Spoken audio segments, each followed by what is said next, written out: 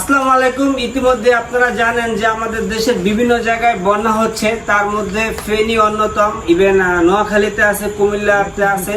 তো আপনারা জানেন যে কুমিল্লাতে, নোয়াখালী, লক্ষ্মীপুর, ফেনী এবং আরো বিভিন্ন দেশের অনেক জায়গায় বন্যা হচ্ছে।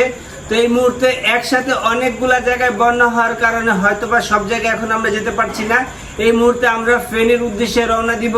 তো ইনশাল্লাহ সবাই আমাদের জন্য দোয়া করবেন যেন ফেনীবাসীর পাশে আমাদের সামর্থ্য অনুসারে আমরা তাদের পাশে থাকতে পারি।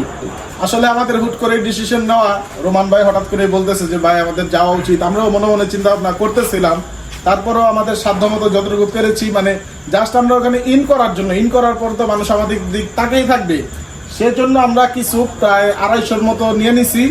আর পর্যাপ্ত পরিমাণ আমাদের নিজেদের ফান্ড থেকে টাকা নিয়ে নিচ্ছি। ওখানে গিয়ে আমরা প্যাকেটিং করবো, কিনবো।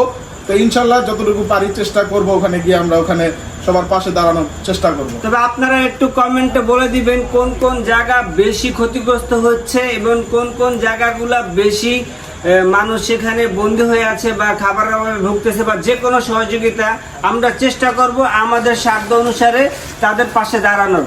করে আরেকটা বিষয়, যে যেখান থেকে পারেন যার যার সাধ্য মতো আপনারা মানুষের পাশে দাঁড়ান, প্রতিটা মানুষকে সাপোর্ট করেন, হেল্প করেন। মানুষেরই জন্য।